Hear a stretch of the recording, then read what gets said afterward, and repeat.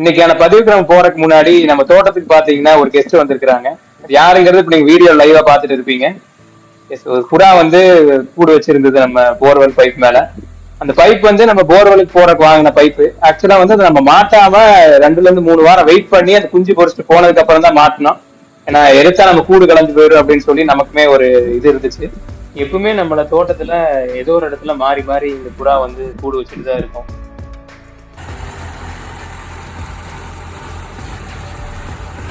இந்த ஃபீல்டுல பாத்தீங்கன்னா நம்ம தேன்வாழை 2ஆம் கால் வரைக்கும் கடைசியா விட்டுருந்தோம்.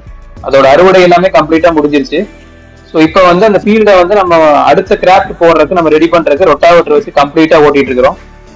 நம்ம யூஸ்வலா பாத்தீங்க அப்படின்னா வந்து ஏதோ ஒரு பக்கம் இருக்கு அப்படின்னா அதெல்லாமே நம்ம அறுத்துட்டு நம்ம அதுலயே தோட்டத்துக்கு உரமாகட்டும்னே விட்டுருவோம்.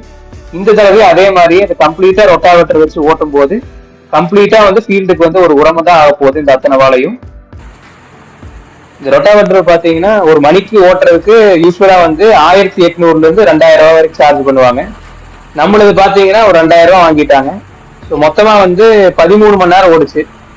ஸோ வந்து 26,000 டோட்டலா இது செலவாச்சு. ஒரு ரொட்டாவேட்டர் போட்டு நம்ம வந்து கம்ப்ளீட்டா ஓட்டினதுக்கு அப்புறம் ஒரு 2 வாரம் விட்டதுக்கு அப்புறம் மறுபடியும் ஒரு 5 கலப்பை வச்சு ஒரு உழவு போட்டோம்.